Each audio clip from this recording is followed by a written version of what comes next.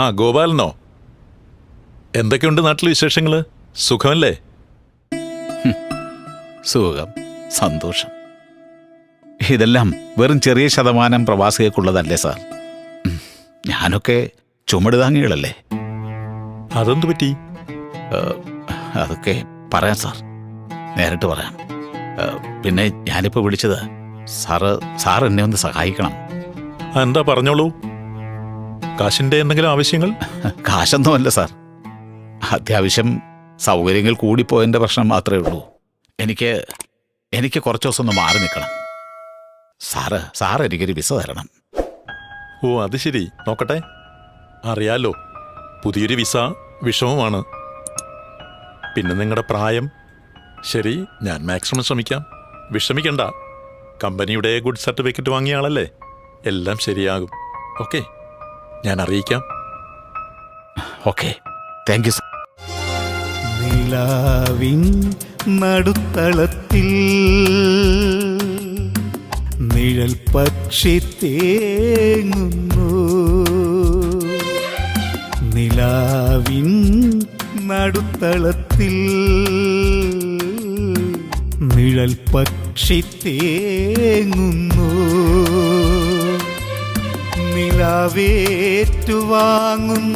നീഹാരബിന്ദുക്കൾ മിഴിനീർക്കണങ്ങളിൽ. നൊമ്പരപ്പൂവിൻ്റെ കൊഴിയും പരാഗങ്ങൾ തേങ്ങുന്നു മൂകം നിലാവിൻ നടുത്തളത്തിൽ. Good morning sir. Good morning.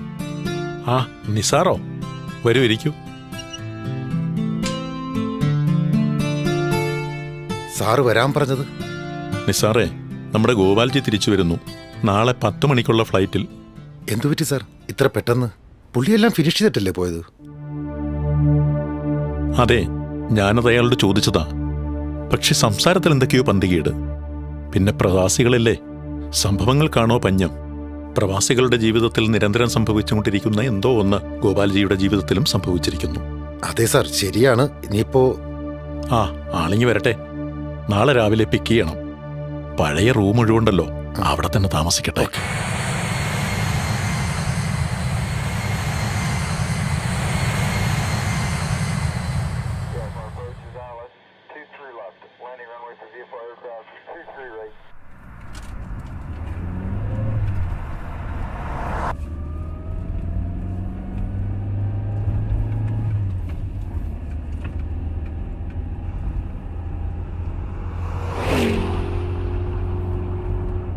ഗോപാലേട്ടാ, കുറേ നേരമായാലും നമ്മുടെ യാത്ര തുടങ്ങിയിട്ട് ഒന്നും പറഞ്ഞില്ല. എന്താ ഉണ്ടായേ?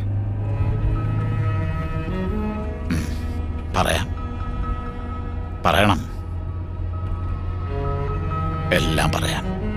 നമ്മുടെ വിഷമങ്ങൾ പറയുന്നത് കേൾക്കുമ്പോൾ കേൾക്കാൻ മനസ്സുള്ളവരോടെ അത് പറയാൻ പറ്റൂ. പറയാം.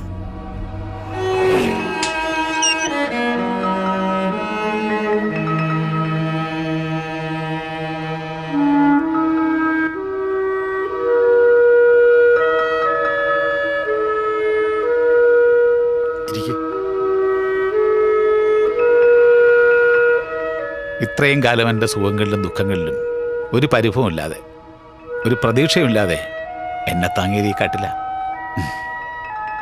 ഇനിയുള്ള കാലവും ഇവൻ തന്നെ ഉണ്ടാകും എനിക്ക് കൂടിന്. നാട്ടിൽ പോയിട്ട് എന്താ ഉണ്ടായേ? ഒരുപാട് ആഗ്രഹങ്ങളും പ്രതീക്ഷകളോട്ട് പോയതാണല്ലോ. അതൊക്കെ സത്യ, അങ്ങനെ തന്നെ ആയിരുന്നു. അതൊക്കെ നമുക്ക് വിശദമായിട്ട് സംസാരിക്കാം. ശരി. ശരി ഗോപാലേട്ടാ, നമുക്കതിനെക്കുറിച്ച് പിന്നെ സംസാരിക്കാം. ചേട്ടൻ റെസ്റ്റ് എടുക്കുക. ആ,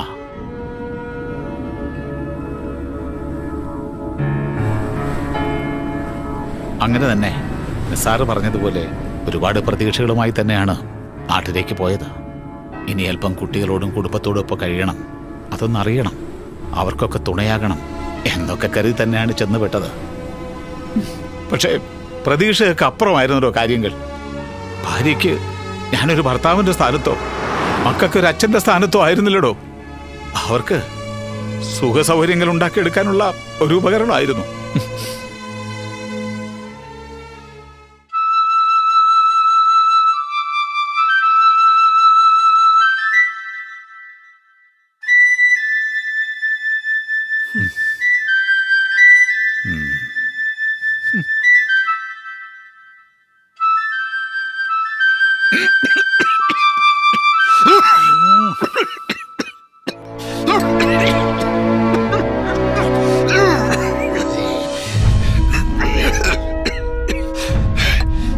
എടുത്ത് കുടിക്ക്.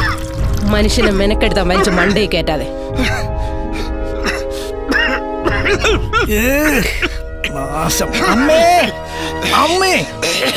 എന്താടാ അവിടെ കിടന്ന് തൊള്ള തുറക്കണത്? ഇത്തിരി മനസ്സമാനം തരൂ.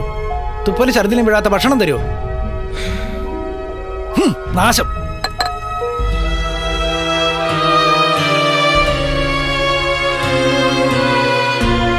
ഓ, നിങ്ങൾക്കിത് എന്തിന്റെ കേടാണ്? ആ കൊച്ചു ഭക്ഷണം പോലും കഴിക്കാതെ പോയത് കണ്ടോ?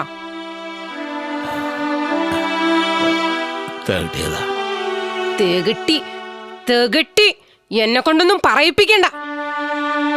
വെട്ടി വിഴുങ്ങിക്കോ. ഭാര്യയും മോനും കഴിച്ചില്ലെങ്കിൽ എന്താ? തടി അങ്ങോട്ട് കൊഴുക്കട്ടെ. വിശ്രമിക്കാനുള്ളതാ. ചികിത്സ, വിശ്രമം. ഇതുവരെ ഞങ്ങൾ ഈ സമൂഹത്തിൽ ഗൾഫുകാരന്റെ ഭാര്യയും മകനും എന്ന രീതിയിൽ ജീവിച്ചു. ഞങ്ങൾക്ക് സമൂഹത്തിൽ ഇനി എന്ത് വിലയാ ഉള്ളത്?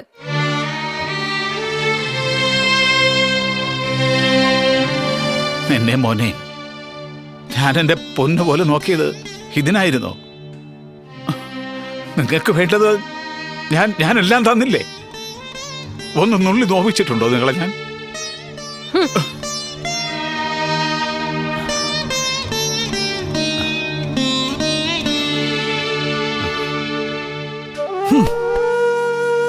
നിങ്ങൾക്ക് റെസ്റ്റ് എടുക്കണം, സൂഹിക്കണം. ഞങ്ങളുടെ സുഖവും സന്തോഷവും നിങ്ങൾക്ക് അറിയണ്ടല്ലോ.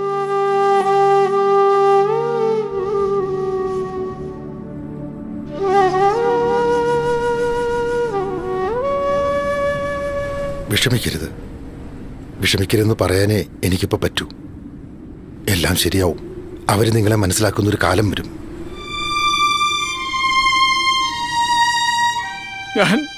ഞാൻ എന്റെ ജീവനെ പോലെ സ്നേഹിച്ച എന്റെ ഭാര്യ എന്നെ മനസ്സിലാക്കിയില്ലടോ. ഞാൻ എന്റെ കണ്ണുകളെ പോലെ സ്നേഹിച്ച എന്റെ മകൻ എന്നെ മനസ്സിലാക്കിയില്ലടോ. പിന്നെ ഞാൻ എന്തിനാണോ ഇങ്ങനെ ഒരു പാഴ് ജന്മമായിട്ട്? ചേട്ടാ, എന്താ ഇത്? ആരും ഇല്ലാത്തവർക്ക് പടച്ചും കൂടെയുണ്ട്. ഞങ്ങളില്ലേ കൂടെ? ഇനി ഞങ്ങളുടെ അവസ്ഥ എന്തോന്ന് ആർക്കറിയാം? നമ്മളിവിടെ എങ്ങനെ ജീവിക്കുന്നു, എങ്ങനെ പോകുന്നു എന്ന് കുടുംബത്തിനോ ബന്ധുക്കൾക്കോ അറിയില്ലല്ലോ. അവരുടെ കണ്ണിൽ നമ്മളെന്നും ഗിഫ്റ്റുമായി വരുന്ന വിരുന്നുകാർ മാത്രമാണ്. പാടില്ല. അതാണൊരു പ്രവാസിക്ക് പറ്റുന്ന തെറ്റ്. നമ്മുടെ ജീവിതം എന്താണെന്ന് അവരും കൂടി മനസ്സിലാക്കണം. അത് അറിയിക്കാത്തതാണ് എനിക്ക് പറ്റിയ തെറ്റ്.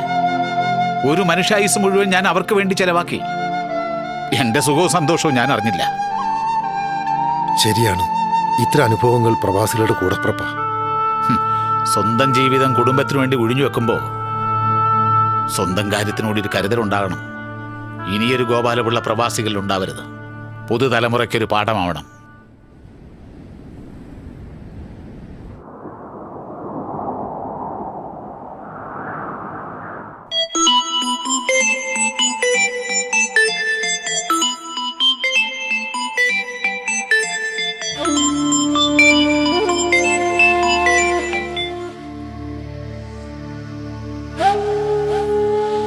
എന്താ ഗോപാൽജി, எழுந்திருங்க. வேலைக்கு வரலையா? டைம் ஆயிடுச்சு பாருங்க. நான் போயிட்டு வரேன்.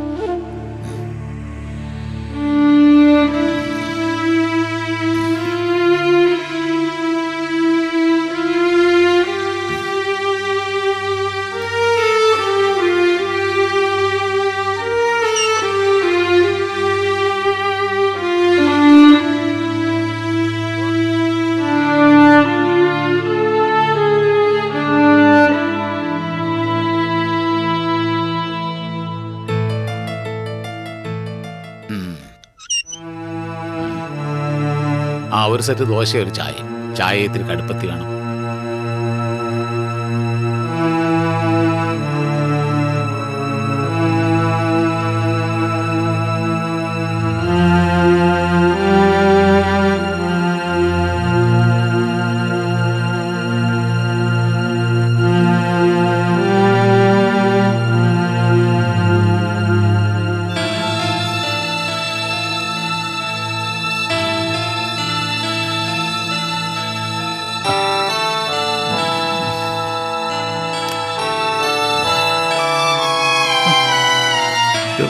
മാഷെ, കുറേ നേരം ആയല്ലോ ഭക്ഷണം ചോദിച്ചിട്ട്, ഒന്നും തന്നില്ലല്ലോ.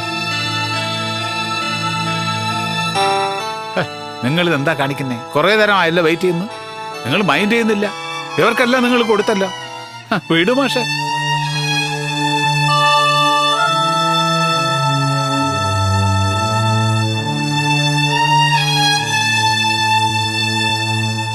भाई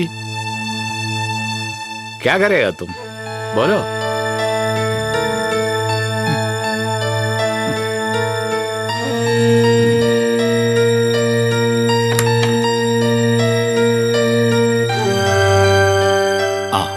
अशोके,